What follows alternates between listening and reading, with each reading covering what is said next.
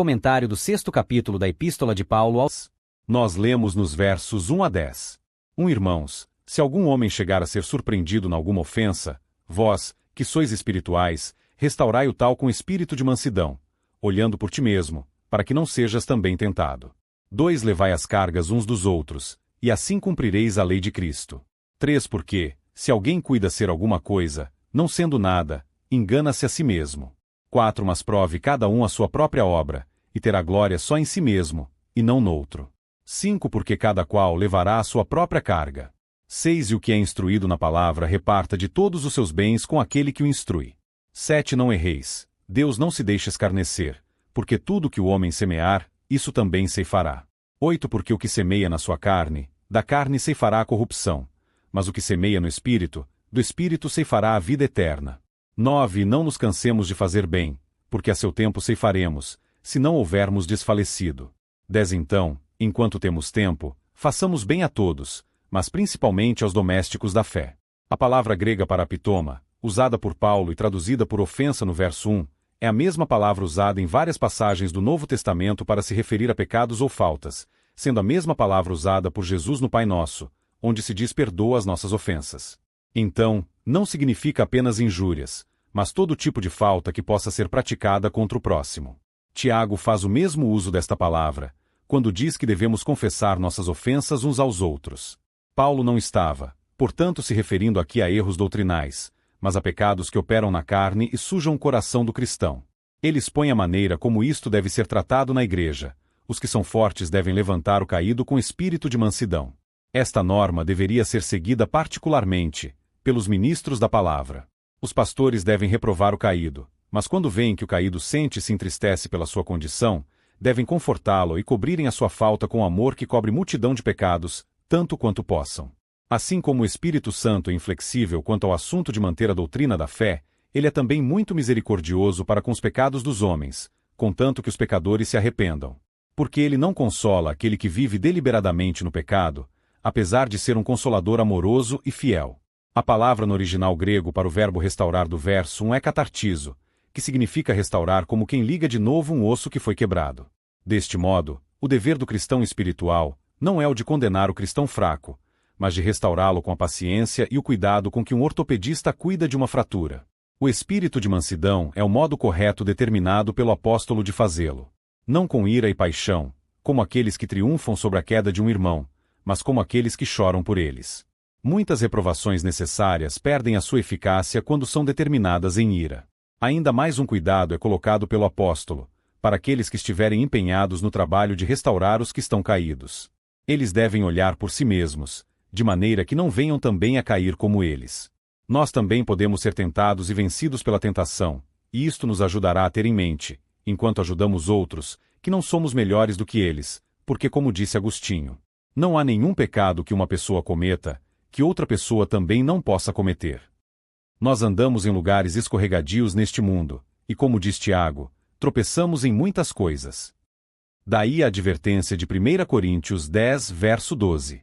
Aquele, pois, que cuida estar em pé, olhe e não caia. Em razão da nossa fraqueza e debilidade comum, somos orientados a carregar os fardos uns dos outros. Verso 2.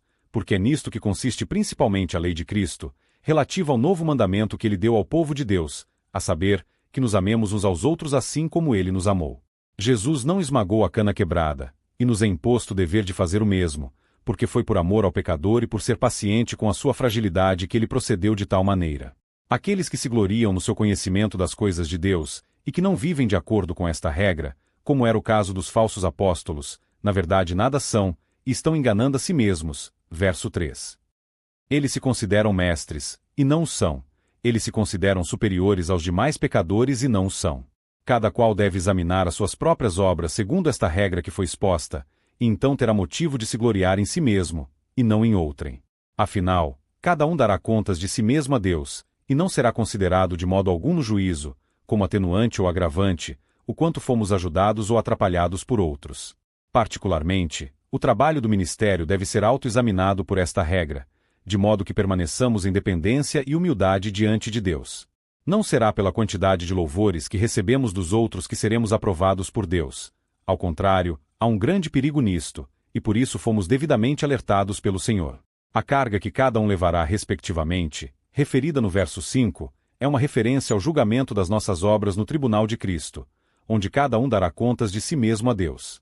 E, se há tal tempo terrível a ser esperado, quando Deus julgará a cada um conforme as suas obras, isto serve de uma boa razão para julgarmos a nós mesmos e qual tem sido afinal o nosso trabalho na presença de Deus. Quanto ao que Paulo diz no verso 6. E o que é instruído na palavra reparta de todos os seus bens com aquele que o instrui. A determinação deste versículo se faz necessária, porque quando Satanás não pode suprimir a pregação do verdadeiro evangelho por força, ele tenta atingir seu propósito golpeando os ministros do evangelho com pobreza extrema. Deste modo, a advertência de Paulo, de que os cristãos compartilhem todas as coisas boas com seus pastores e seus mestres, que tenham sido chamados por Deus a servir o evangelho em tempo integral, é certamente correta. Do verso 7 até o 10 nós encontramos tanto um encorajamento, quanto uma séria advertência quanto a isto que Paulo havia falado nos versos anteriores. Os cristãos devem ser diligentes e se aplicarem seriamente a todas estas ordenanças, porque elas estão de acordo com o mandamento do Senhor para a igreja, de modo que estão sujeitos à lei espiritual da colheita, segundo a semeadura, pois tudo que semeassem seria o que colheriam. Se bem, colheriam bem, se mal colheriam mal, segundo a justa retribuição de Deus.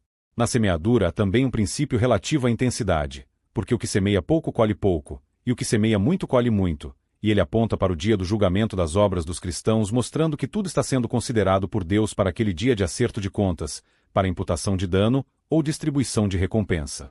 Ele lembra que é tanto possível semear na carne, quanto no espírito. O cristão deve optar não por semear na carne, mas senão no espírito, porque é somente assim que poderá obter o galardão de Deus.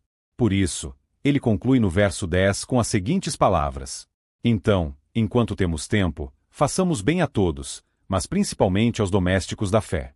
Nós lemos nos versos 11 a 18. 11 Vede com que grandes letras vos escrevi por minha mão. 12 Todos os que querem ostentar-se na carne, esses vos obrigam a circuncidar-vos, somente para não serem perseguidos por causa da cruz de Cristo. 13 Porque nem ainda esses mesmos que se circuncidam guardam a lei, mas querem que vos circuncideis, para se gloriarem na vossa carne. 14 Mas longe esteja de mim gloriar-me, a não ser na cruz de nosso Senhor Jesus Cristo, pela qual o mundo está crucificado para mim e eu para o mundo. 15 Porque em Cristo Jesus nem a circuncisão, nem a incircuncisão tem virtude alguma, mas sim o ser uma nova criatura. 16 E a todos quantos andarem conforme esta regra, paz e misericórdia sobre eles e sobre o Israel de Deus. 17 Desde agora ninguém me inquiete, porque trago no meu corpo as marcas do Senhor Jesus. 18 A graça de nosso Senhor Jesus Cristo seja, irmãos, com o vosso espírito. Amém. Nós chegamos à última sessão desta epístola, onde o apóstolo começa a se despedir dos Gálatas a partir do verso 11, fazendo suas considerações finais, e para mostrar a eles o zelo que teve em lhes dirigir esta epístola, registrou que foi ele próprio seu redator, e que não tinha se valido de qualquer amanuense, como fazia em todas as suas demais epístolas, nas quais fazia apenas questão de escrever de próprio punho a saudação das mesmas, como um sinal de que eram de sua autoria. 2 Tessalonicenses 3 verso 17, para prevenir falsificações em seu nome. Quando ele diz neste verso 11, Vede com que grandes letras vos escrevi. A expressão grandes letras, certamente não é uma referência ao tamanho das letras, mas à extensão da epístola, considerando que era muito grande para ele não ter se valido de um amanuense, tendo em vista que era uma tarefa difícil escrever naqueles dias, tanto no que tange ao uso da tinta, quanto ao tipo de superfície usada para escrita, sendo em pergaminho ou papiro. Ao falar dos falsos apóstolos e mestres, Paulo fez de si mesmo um contraste com eles, conforme vemos nos versos 12 a 15 e 17. Os falsos apóstolos buscavam a sua própria glória ao manipularem os Gálatas ao seu bel prazer, sujeitando-os a fazer a própria vontade deles, especialmente por constrangê-los a se circuncidarem. Paulo trazia no seu corpo as marcas das perseguições que havia sofrido por amor a Cristo. Verso 17.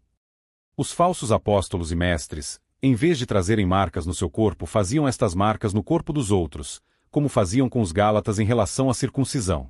Além disso, eram covardes e temiam muito sofrerem por causa da sua religião, porque ordenavam aos gentios a se circuncidarem para não serem perseguidos pelos judeus.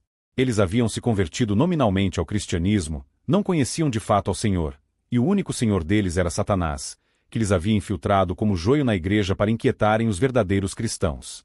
Paulo disse ainda neste verso 17, que dali por diante ninguém mais lhe inquietasse.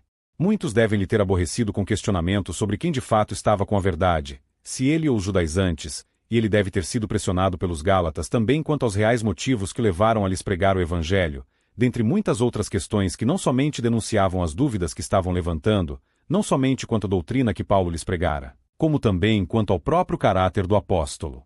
Eles lhe haviam provocado, inquietado, aborrecido o suficiente, e tiveram com esta epístola uma resposta bem mais alta do que expectativa deles. Por conseguinte ele lhes disse, em outras palavras: não me aborreçam mais daqui em diante com estes questionamentos.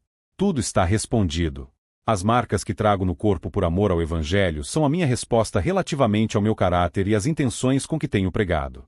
Enquanto os falsos apóstolos buscavam a sua própria glória com o fim de fazerem ostentação na carne, isto é, para mero exibicionismo pessoal, versos 12 e 13, Paulo afirmou que, diferentemente deles, ele se gloriava somente na cruz de Cristo, porque por ela, ele estava crucificado para o mundo e o mundo para ele.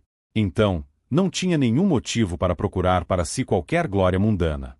A glória pela qual ele aspirava era celestial, e esta se alcança buscando somente glória para o próprio Deus. Verso 14. E, não somente Paulo como todos os cristãos têm profundas razões para se gloriarem somente na cruz de Cristo, porque foi por causa da sua morte que alcançaram toda sorte de bênçãos espirituais nas regiões celestes. Efésios 1 verso 3. Como Paulo sabia que aqueles falsos apóstolos não eram nascidos de novo pelo Espírito, como não eram novas criaturas em Cristo, ele podia afirmar com toda segurança em relação a eles, que nenhum guardava a lei, verso 13, que afirmavam defender com suas práticas cerimoniais e rituais. Porque sabemos que aquele que não é nova criatura não pode de modo algum guardar os mandamentos de Deus da maneira que convém guardá-los, de forma que se possa dizer deles que estão lhe obedecendo. Verdadeiramente.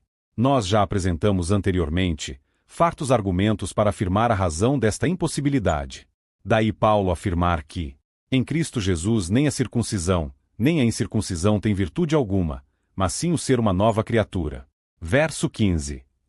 Tão convicto o apóstolo estava da verdade da sua doutrina, que afirmou no verso 16 que, a todos quantos andarem conforme esta regra, paz e misericórdia sobre eles e sobre o Israel de Deus, isto é, aos Gálatas que se submetessem a todos os mandamentos e a doutrina que lhes passou nesta epístola. Estes, e somente estes, poderiam contar com a misericórdia e a paz de Deus em suas vidas, e para não restringir a área de efeito desta bênção, Paulo a estendeu a todo o Israel de Deus, a saber, sobre toda a Igreja de Cristo de todas as épocas e lugares.